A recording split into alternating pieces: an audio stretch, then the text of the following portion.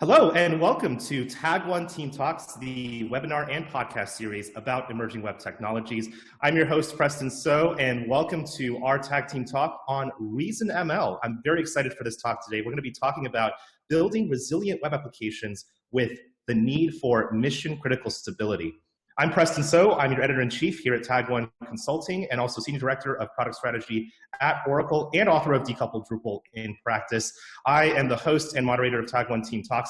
I'm joined today by some really amazing folks. First of all, Patrick Stapfer in Vienna, Austria. He's the lead React developer at Tag1 and also member of the Reason Association and a contributor to ReasonML. Also, we're joined by Michael Meyers, who's currently located in the Berkshires and managing director of Tag1. And I'm located here in New York City. And today we're going to be talking about ReasonML and some of the ways in which you can leverage ReasonML to really superpower your projects. So let's go ahead and dig right in. Patrick, what exactly is ReasonML and what are some of the use cases for it? What's this best suited for? So hello first, everyone. Thanks for having me today. So what is Reason about? So Reason is a functional programming language with built-in React.js support. And it also has a very efficient tool chain and a very JavaScript-like syntax. So when you look at ReasonML and squint a little bit, it kind of looks like ECMAScript and has all the nice traits of a functional programming language you would expect. So the language itself also offers seamless interoperability to existing JavaScript, which is very important. I mean, there have been a lot of functional programming languages out there with the same promise. None of them got this, like interoperability thing to existing JavaScript, right? There is like dedicated syntax to interop with that code. Each Reason module compiles into one spec compliant JavaScript module. So it's like in combination with a very fast tool chain and human readable JavaScript output, it makes it a great fit to gradually put it in your existing JavaScript code base or even TypeScript code base. There are ways to even like make it interop with TypeScript code to give you all the types in TypeScript as well. So it's not a login thing. And about the compiler of ReasonML, it's a compiler which involves a type system, which ensures that every value, every function, every module you have in there in your program, that each of these have a correct type applied. So you don't even need to write type annotations in most of the time, because the system will infer the types for you, like in a very, very strongly typed way. That means the quality of the type inference ensures that whenever you're successfully compiling a pure Reason program, you can definitely be sure that there won't be any runtime type errors, as long as you don't do any super crazy JavaScript interoperability hacks. And this whole thing, like the way the type inference work, is made possible through the foundation on what the compiler is built, which is a Hindley-Milner-based type system, which you probably know from other type systems like Haskell or OCaml or whatever. Yeah, and so what you can say is that Reason takes a different approach on putting types into JavaScript. You usually know the gradually type approach, like TypeScript does, or flow type, where they try to beat JavaScript or stay as close to JavaScript as possible and add types on the go. And the type system is still evolving in that process. So this makes it sometimes hard to later on like scale the project when you're trying to upgrade the type system, because TypeScript has a major breaking change. Suddenly everything, or flow type especially, has a breaking change in there, and suddenly your whole code base needs to be adapted to the new type system. And in case of Reason, it's the other way around. You have a type system which has been there for decades, a compiler which is very stable and fast, and the language reflects JavaScript well enough to just compile to very, very readable JavaScript. So yeah, it's just a different approach on how to do this, and the results are really stunning so far. That's really interesting. And I think a lot of our audience here at the Tag1 TeamTalks kind of fan base is not really familiar with ReasonML. I understand it's, was originally created by Facebook. It's open sourced under MIT, and I know that there's a really interesting kind of adoption right now happening of ReasonML because of its compelling tool chain. And I know that, I understand, for example, that ReasonML's tool chain actually outperforms TypeScript. I'm kind of curious, could you talk a little bit more about the tool chain and what's in there? Why is it so great? And why are people flocking to ReasonML for the tool chain? So the toolchain is a very interesting aspect of this whole project. So the compiler is vendored by one single npm package. So you do one install and you get the compiler, you get the language, you get like the only thing you need is a single configuration file like TypeScript has as well, and define one single directory, and the compiler would just pick up your reason files and compiles it to the same JavaScript file name. And it's so fast. And this is just the way how the compiler is being designed. Like the first principle for the compiler is be as performant as possible.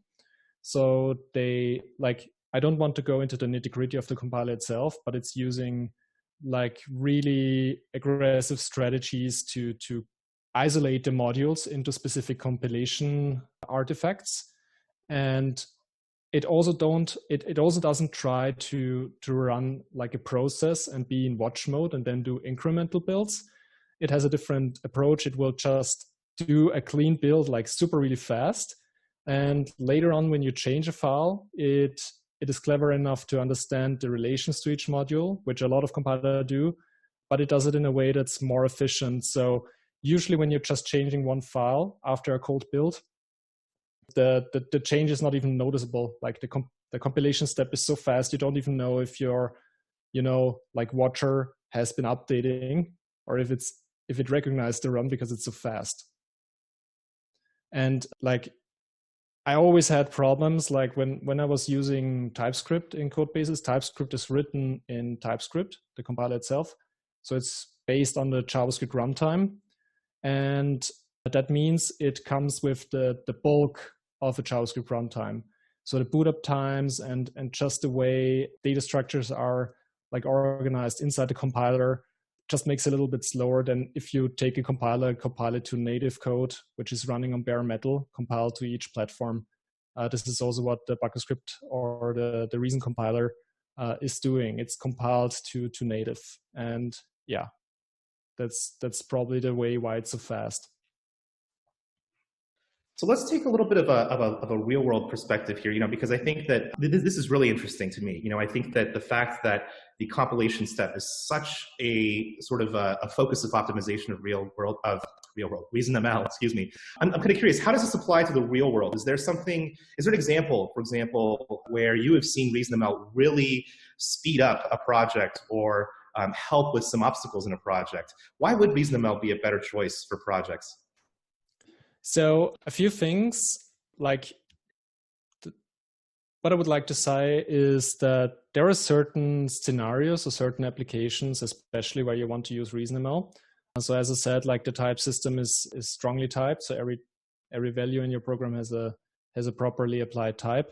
And that makes it also, this forces you as a user to handle certain scenarios. So if you're having like specific like requests to an API, you can design it in a way that it returns you different branches of a result, which means you are forced to handle cases such as this request didn't report back the right date, like it didn't report back because of a server error, or it didn't report back because the promise or the request was just dying, or we didn't even ask for data yet. This is also a scenario a lot of people don't account.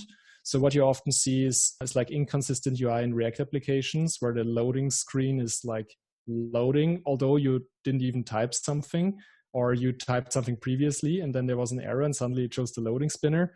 There are some very funky situations where you want to make sure that the UI is working. So for instance, we had some interesting case that, like products, mission critical applications, who were talking about it at ReasonConf 2019 in Vienna. For instance, there's an app called FastED, which is an auto first responder app for paramedics to assess patient symptoms of brain strokes. And this is also very important. Like if you're like tapping on, you're in the app and you're having a patient there and you're not sure what's happening right now, and you're tapping on the decision tree. What should you do? What are the symptoms? And it shows certain things, like certain recommendations, what you should do. This is how I understood it. You don't want to have like an undefined is not a function error there. And you want to definitely be sure that you handled all the cases in the decision tree. And I realized that in Reason, this is through certain features of the language, way easier to express and way more ergonomic to handle. And like in contrary, like if you would do this in TypeScript, you would probably do like a certain type construct of intersection types that like you have object shapes and each of them has a type attribute in there for a specific case. And then you need to if else through this and just the way how TypeScript works. And because switch statements are statements and if and else are statements and not expressions, makes it really hard to design your program correctly, or it's just very tedious that people are like taking shortcuts.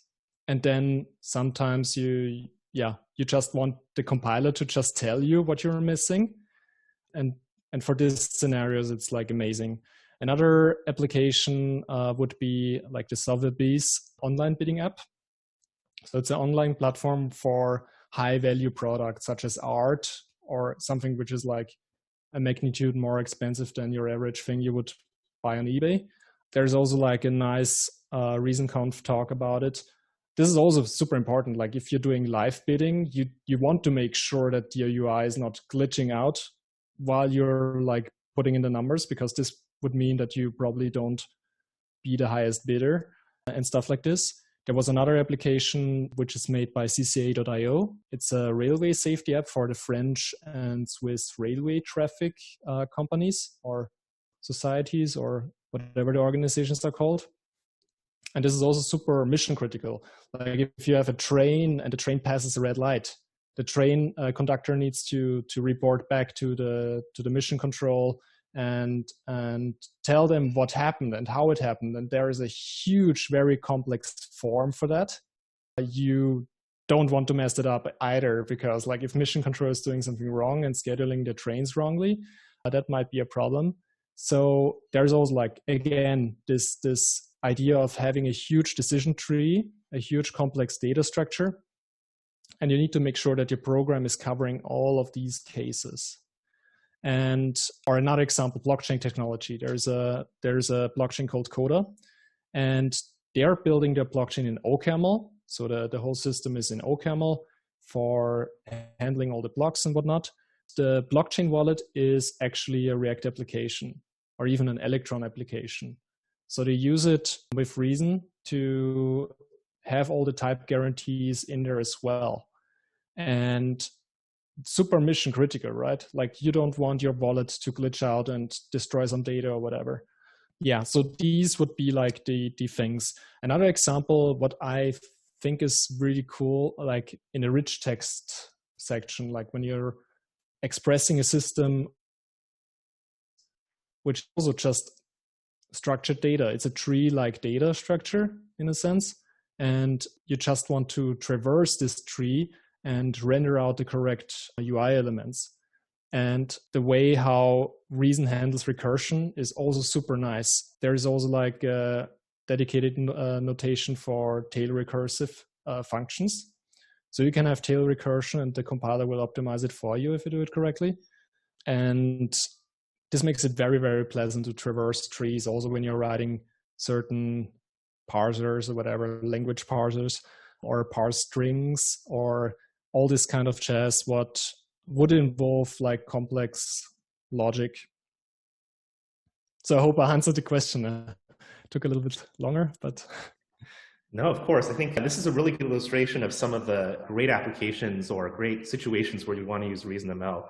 And one of the things that I wanted to return back to just briefly before we jump into a little bit more about some of the real-world applications of ReasonML. One of the things that I found interesting from looking at our discussion before this is that ReasonML prefers composition over inheritance. Can you talk a little bit about that and how that makes this approach of using ReasonML better than others?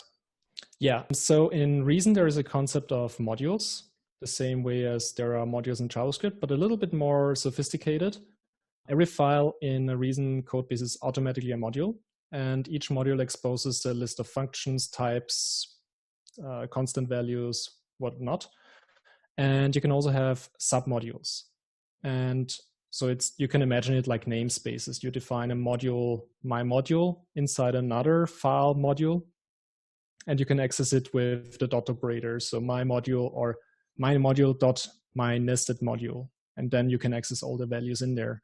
And so it doesn't really, although it's a ports class based hierarchy, so object orientation is also theoretically possible, but it's not really well advertised.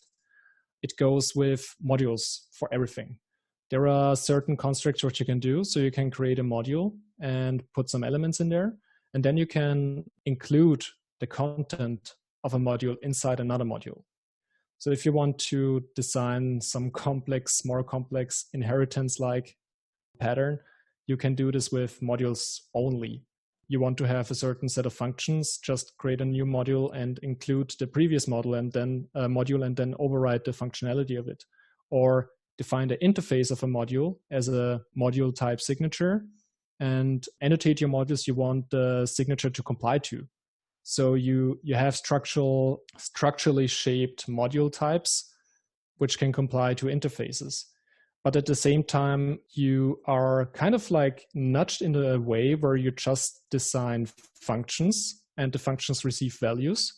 And there is like this convention where you define a type T for each module. So you create a module user and you define type T as this representative type. And from there on, you create functions like get username or create display name or make display name or whatever. And it passes in the type T, which is the user type.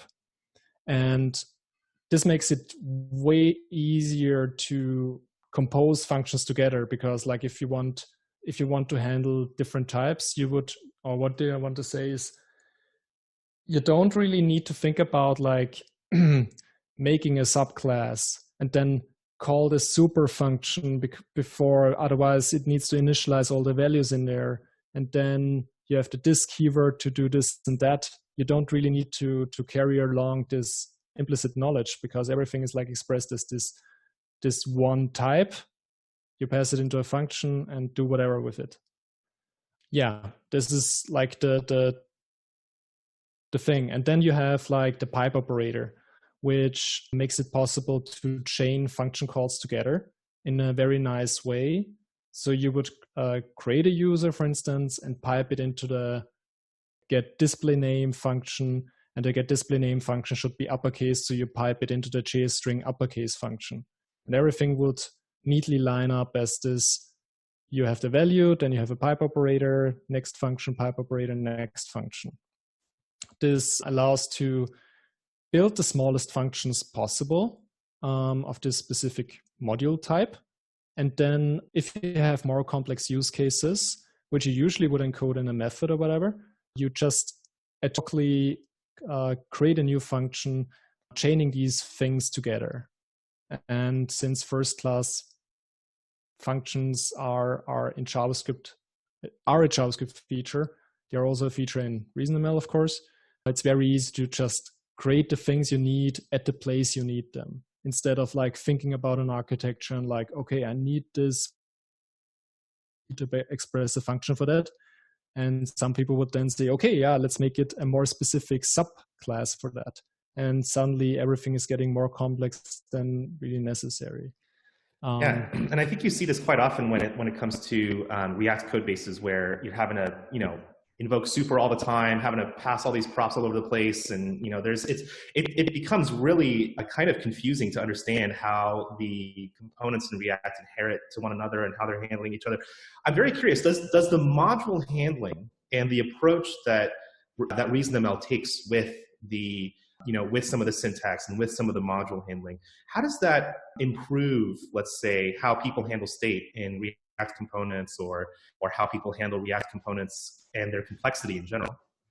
The most important thing is that, like for state, you usually have some kind of structured data. For instance, you would have like an object expressing a certain state. So if you're having Redux or whatever, you have a store, and the store expresses a certain set of values. And most of the time what people want to do is they want to have this reducer pattern where they want to dispatch an action and depending on the action, transform the state to a new state. And most of the time, this goes hand in hand with immutability because you don't want to mutate that object. So what people do in JavaScript is they use the spread operator a lot, the object spread operator, which creates a new object of a new object. So you make sure that everything is like referentially not equal and a newer object. And in ReasonML, we have records by default, and records look like objects.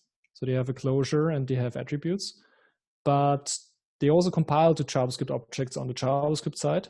So these are very easy to interrupt, but they are immutable. So you have immutable records you can use for your React components.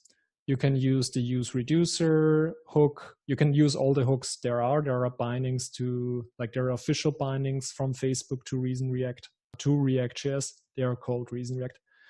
And you can use your use state hook, do all the things in there. When you're setting a state, or if you're using a reducer, you can do the object spread operator as well in records, but they're immutable by default. And they are also optimized on the JavaScript side there. So if you look at the JavaScript output when you're doing the spread, it looks different than when you do it in JavaScript where you need to spread it, which has a runtime overhead. Also, another thing, since we have this one, like everything revolves around three concepts. Like we have modules, we have variant types, and or maybe also records, and we have pattern matching. And I think these are like, I mean, these are a topic on its own, but the idea is that you can express with a variant, you can express certain states, which are just explained by words. For instance, as I said, the request, which is not asked, pending, success, or error. And it can also contain a payload. And with that, you can express your intent object of type something with this action name, and then it has certain junction parameters in there, which you can access when you do if and else. In pattern matching, you can use the switch statement, which looks like a switch in ReasonML, and match on the specific patterns. You can look into the success pattern for our request, open up the payload and check if the payload has a specific string value in there, and then access that in go into this branch and do some logic in there if you happen to end up in this case. This makes it so nice to write reducers. There is like no comparison when you have more complex data structures, like rich text handling or whatever. Yeah, this is the way to go. So in that context, I feel like handling state is easier and expressing state is easier. I couldn't agree more, and I'm very excited to dig into this myself after this. So let's take a big picture view now. I think that we dug into a lot of the syntactic or some of the architectural features of ReasonML, but let's dig into some of the kind of real-world use cases that are mission critical that we wanted to talk about today. I'm curious. We talked about how ReasonML improves the debugging experience, the developer experience, state handling, all of these things that are very common needs in JavaScript. How does it make websites more resilient in general or more stable in general? Are there certain features in ReasonML that lend themselves to, let's say, stability in the sense of how we think about it in the business world? Yeah, so as I said before, like this whole correctness or the quality of the types is very important to ensure that the runtime is running correctly. Most of the time, we are used to type systems which just allow mixing specific values with correct values, which completely destroys the point of having types, in my opinion. When you're consuming a library which introduces any types everywhere, suddenly your whole code base is in question. Is it correct? Is it incorrect? And this impacts the whole development process. Like, just imagine you have a code base which guarantees you that when it compiles, it will run the way the programmer has intended it to run in the type space. That makes a huge difference and gives you way more confidence when you're committing code and see the CI runs through and is like, okay, now I just need to see if the tests are green and we're fine. And with what I've experienced with gradual type systems or with plain JavaScript, you have no confidence unless you have a very, very strong team discipline. And as soon as you have a little bit more developers on the team, you will find that people will use escape hatches in many places, which are hard to spot. And in case of Reason, since you have all the necessary facilities in place to just write, you get into this pit of success. That's probably the thing. Yeah, the compiler guides you to a working implementation of what you're trying to express, and still gives you the flexibility to escape from that in an unsafe space still, which is well isolated and way easier to spot than if you just like assert an any type in this specific case in this little if branch, which looks like an as something, and like, okay, this is super hard to spot in code reuse as well.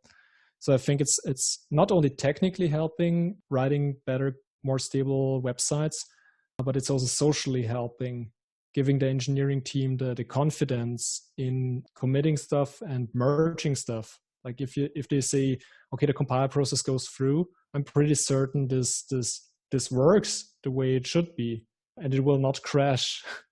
That's the most important thing. I think a lot of developers around the world definitely identify with being able to just hit compile and know that when it's compiled and it works, it's just going to be a completely stable code base. Yeah, that's very interesting. And I'm kind of curious though, as well. You know, we've talked about some of the big names that are already using ReasonML. People like Sotheby's, Swiss Rail, I believe you said. What are some of the other names who are using ReasonML? Are there any other well-known companies or projects, even in the open source world, for example, that are depending on ReasonML or leveraging ReasonML in some way? There are a lot of companies, but probably the bigger ones people know are McKinsey, for instance, also a big consultancy, SAP, Chain Street, which is doing a lot of financial computing, Tezos, partly, because also the Tezos blockchain technology is built on OCaml, which is the same heritage, and Ahrefs, which are doing SEO related tasks and tools. So these are like the bigger ones, but there are also other probably more startup-esque companies relying on it. For instance, DraftBit. DraftBit is building like a codeless editor experience for writing React Native applications built on Expo. So this one is really, really exciting because I feel like it's a very complex project, and I can really see that they will benefit from the technology, just the way how complex it is. You need to keep all the context in your head, and you want to make sure that this context the compiler gives you back is actually correct. So, and other than that, there's also Travel World in Austria, which is also a startup. They also started adopting it, and they kind of liked it. Like they were also evaluating a lot of options. What should they use? Like, should they use TypeScript or should they go further with plain JavaScript? But these companies, from every company I've been talking to, like all of them were really, really happy about the decision they made. So hopefully they will still be satisfied in the future. I'm pretty certain. Yeah, but it's on a scale from very small to very big. There's players everywhere using it. I think we're really seeing that level of penetration that is indicating that finally, I think ReasonML is well on the adoption curve, maybe past the early adopter stage to the early kind of pragmatist stage, which is really exciting because I think the fact that we're seeing McKinsey, SAP adopting ReasonML is a huge testament to its success. So I know ReasonML is open source, and at Tag1 we love open source, obviously, and I love open source as well. All three of us have been in the open source world for a long time. I'd love to learn a little bit more about the ReasonML community. I'm very used to the React community and the Drupal community, and some of the other communities that are a little bit more focused on, doing really nifty things with the front end, but not necessarily doing really nifty things with functional programming and the underlying language and linguistic features. So I'm really curious, what is the ReasonML open source community like? how have you worked with the ReasonML community, and how are you helping kind of advance that community and ecosystem forward? That's a really great topic, because I think the Reason community is, even though it's a little bit smaller than the JavaScript community, obviously, it's a very focused and very, very friendly community. So most of the people are aligned on certain values. They have a certain paradigm in their head on a technological level, but at the same time, they're also like super laid back and helping each other. The best way to engage with community is via Discord chat. There is a ReasonML server for that. And there is, like, the cool thing about it, since the community is so focused and enthusiastic, when you're starting out with ReasonML, you're dropping into the general channel, for instance, and you're just asking dumb questions about, how do I define this specific kind of type? And you can be sure that there is like a response time of like 3 minutes, and you will get like a straightforward answer, even with examples, because people are just like, they want to teach it and they want to help out other people. So it's lifting you up when you see that kind of like enthusiasm. And there's also a lot of open source going on. ReasonML itself is pretty much like all open source across the whole stack. So the compiler, the language, everything is basically licensed with MIT or more liberal licenses. And so what I'm currently working on, like in the Reason Association, we are like a foundation, a legal foundation around it to support the development and the community. And what we are doing right now is we are revamping the documentation platform for ReasonML, that you have all the necessary information on there, like for Reason as the language, for the compiler specifics, for Reason React specifics, and the APIs and whatnot. And this is all a community effort, actually. So I try to initiate it, but I also try to encourage people to contribute. And it doesn't even matter if you're like a complete beginner or like advanced user or super expert or compiling, like first-time contributors who are complete beginners to the language, because their input values a lot. Like they know exactly, okay, I have a problem with how do I do this specific pattern in Reason React, and I know how to do this and I learned it right now, so I better like contribute it back. And I have great hopes that this new platform, which is called reasonml.org, will like supercharge the community, that people are like coming to the platform, they know straight away how to use everything. Yeah, so the community is great. That's probably the summarization. Well, it's very exciting. I'm very interested in getting more involved with the ReasonML community. And I understand also that you organize ReasonConf. You organized ReasonConf 2018 and 2019 in Vienna. Tell us more about ReasonConf and how this idea came to be. What's the community like in Vienna? As an event organizer myself, I'm very interested in this topic. How did ReasonConf come about, and what's it been like to help with this whole conference circuit? So ReasonConf 2018 was the very first conference for ReasonML, and it all started out with like a small meetup group in Vienna, which is called React Vienna.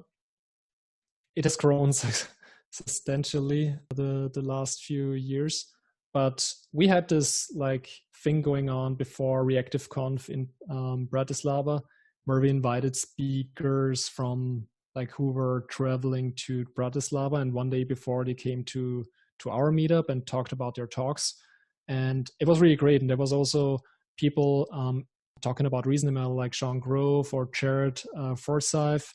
They had really, really great influence on how I think about Reason right now. And there were also people from the Facebook team coming to this conference and also talking about ReasonML, and we just had found also like our own ReasonML meetup there. So I was really interested in like, how can we push this forward? How can we make this a little bit more like big in a sense? And we had discussed it, and we were like asking, okay, what if like this idea, what if we just organize the conference, which is just the goal of this conference is to just get people on board. And get them started. And this was the tagline of the first conference, getting started. Like what is it for? I'm a complete beginner. So our premise was after 3 days, you go out and you can at least write a simple React application with Reason. That was the outline. And we had all the core team members there working on the syntax, working on the compiler. And on the first day, we had a workshop day, and people were like hacking on some exercises. And when they had questions, they could ask the maintainer, compiler, or as at Facebook. And they were super, super nice helping out. And on the second day, we had our conference itself and had some really nice talks about where it could go. And on the last day, we had a hackathon and also a little Vienna tour, so people get to know each other. And it was a very, very low-key conference. We didn't do much advertising or whatever. Just put it on Discord. We advertised it on our Twitter, and the community was picking it up, and everyone was coming. Like you went to the conference and you found people, and they're like, "Oh, I'm this guy on Discord."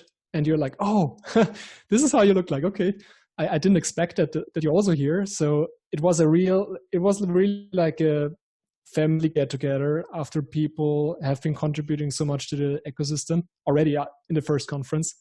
And then the second conference in 2019, it was a little bit more mature, I would say, because people are, in the beginning is like the hype phase. People are really excited about it. We have enthusiasts working on tooling and building libraries.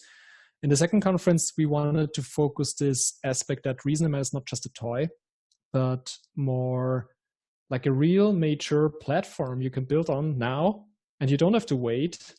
So the 2019 motto was on the road to production.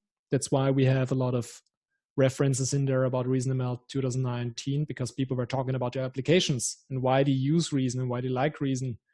I think there's not enough coverage of how popular it is. So this was basically the goal. And we also did this 3-day thing where we had the first day workshops again, but with the difference that we also offered more advanced stuff, which is, for instance, an OCaml workshop where people could also tip their toes into real like hardcore functional programming. But on the other hand, we also had our front-end oriented Reason React specific workshops as well. So we tried to kind of bridge the gap between both communities. And we also had a US installment, actually. There was in Chicago in October 2019, we had a specific conference about the US community. And John Walk was also talking there. Like, it was the first time after a long period of no talks. His last talk was about React.js when he introduced it to the public. So that was kind of a big deal for us. And I think his keynote was also like super inspirational for the community, and people are really excited about this. For 2020, we didn't plan a conference, which we're lucky because of the current situation with the virus, of course. But our plan was to have another conference in 2021, also in Europe probably, but we can also figure out a US location as well. But we wanted to go back to this 2018 vibe where people are like coming together. We really try to advertise this whole reasons for JavaScript, reasons for Reason React kind of branch. People with JavaScript experience should just come and just see what they get, or TypeScript users, and get inspired what is still possible. Like, you can even squeeze out more type efficiency in your code just by using the right language. And this will probably be like in 2021 then. I'm really excited about it. So it was a great journey so far. Like, I would do it again if I could. So, and I also encourage people, like, if you are having an idea of having like a meetup or whatever, because a lot of people are asking, oh, is it hard to have a meetup about Reason? I totally encourage just to do it. Like, just try to pique interest, advertise a little bit, maybe reach out to some other organizers to give you advice. A lot of people helping out, great times. I encourage you to do it as well. Wonderful. And with that, we are running a little bit out of time here. So I think that was a wonderful call to action for our audience to get involved in ReasonML, check out ReasonConf talks from years past, and also plan to attend ReasonConf 2021 in Vienna. Is that going to be where it's going to be, or Most somewhere likely, else? yeah. Most likely. Okay. Well, I'm very excited because it's been years since I've been to Vienna. So maybe I'll make a trip out there to come and say hi. So and now for our new segment that we've just introduced over the last couple of episodes, the aside tag here at Tag1 TeamTalks. Every one of us is going to give about a minute of something that's interesting and going on in our lives that we can share with the audience, and just meant to be something really fun for about 60 minutes. Shameless plugs, welcome. So I'll go ahead and start, and then we'll go to Patrick and on to Michael Meyers. I run a conference, by the way, here in New York City called Decoupled Days. And, your discussion just now, Patrick, of some of the challenges around how ReasonConf 2020 would work theoretically, and also some of the other conferences, of course, in Vienna and Bratislava that are suffering. So Decoupled Days 2020 is the fourth year of the only conference right now, the only conference in the entire world dedicated to the future of CMS and their architectures. So Decoupled Days 2020 is happening July 22nd through 23rd, 2020. But we've just decided to not have it in Manhattan, New York City, and instead to take it virtual. It's going to be online on Zoom. We're going to be posting this more information about it, or by the time you watch this, information will be posted about our new conference being virtual. And very happy to welcome everyone to our new virtual conference, including people who are not going to be in New York City. So that's my little shameless plug. What's going on with you, Patrick? I have very, very specific topics in my life which are troubling me. Like one of them is like history of Europe, and there's this one specific royal family which is called the House of Habsburg, and it's such. I've got a book which is sadly in German, but it's about short insights into the timeline of this royal house. And I learned that once an Austrian royal was promised by Napoleon to be Kaiser of Mexico, and he actually arrived there. He went to Mexico. He started his new position, but unfortunately not for long. And they kind of they were really fond of their democracy, and they got back up from the US. So he was done for. That was a very interesting insight. I didn't know that. Other than that, the crisis actually, like the Corona crisis, caused one issue. It's very hard to get yeast from the stores. So I don't know. People suddenly turn into bakeries everywhere. So there's no yeast. So I was like complaining on Twitter about it, and someone was pointing out that you can actually grow your own yeast.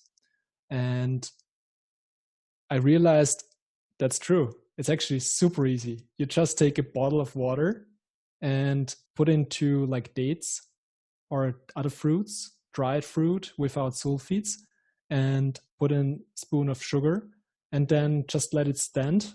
Maybe shake it a little bit and let it stand for a few days, and you will see that it develops yeast in there. Then you can use it for baking. So if you're out of yeast and you're interested in baking, you should try that. It's super easy and super cool. I can't count how many coworkers and friends I have who have their sourdough starters and are baking up a storm. It's really, I think at the end of this, we're all going to be owning our own bakeries from our work from home situations. Yeah. So what's going on with you, Michael? That's amazing, Patrick. I've been doing a lot more cooking as well. I reserve Sundays for like really big, complex, interesting meals and experimentation, and definitely find myself with a little bit more time to cook. I wanted to talk today about another quarantine-related thing. We recently moved up to the Berkshires fortuitously at the beginning of this year, and I've been trying to solve my internet and Wi-Fi problems, which I've talked a lot about in my sections here. And we just don't have enough coverage. And so I was talking to our infrastructure team about it, and they recommended the Ubiquiti Networks, the Unify access points. And they have indoor and outdoor access points, and I'm blown away. It's fairly more complex than your typical Linksys router, but the access points outside get 600 feet of coverage in either direction, and we only need one access point internally. And so, with 3 pops, we're able to get coverage over, the immediate area, and it's been fantastic. I can, get outside, get a little bit of sun, and talk on a call via VoIP, throw the ball around with the dog while I listen in on a meeting, which I'm not doing. And, it's really helped, get out of the cabin fever a little bit, but also, give everybody a little bit of room to roam. So check out the UI.com for their crazy, and it's like ridiculously affordable for the kind of technology it is. Wow, wonderful. Well, I'm excited to hear more about the continued saga of internet connectivity. Glad to hear that it's finally resolved and that you're able to take Leo out and still be on a call. That's the most important thing. It's not even remotely resolved, but now you can get a really bad internet connection anywhere. That's great. I love that. All righty. Well, this was ReasonML. I'm very, very excited about this topic, and I'm definitely going to be digging into some of the materials that Patrick just mentioned here today. And I think we did a really good job of covering not only why ReasonML is so compelling from the developer experience standpoint, but also from more of the business standpoint. Once again, thank you so much to Patrick and to Michael Meyers. All the links that we mentioned today are going to be posted online with this talk video. And if you like this talk and you want to hear more about ReasonML or about other topics, please remember to upvote, subscribe, share it with your parents, your grandparents, your neighbors, socially distanced, of course. Check out our past talks at tag1.com/tagteamtalks. And as always, we'd love your feedback and any topic suggestions. Please feel free to write to us at tagteamtalks@tag1consulting.com. I want to thank Patrick Stapfer, who was very, very, very gracious to join us from Vienna today, and also Michael Meyers. Thank you so much for joining us on this episode, and until next time.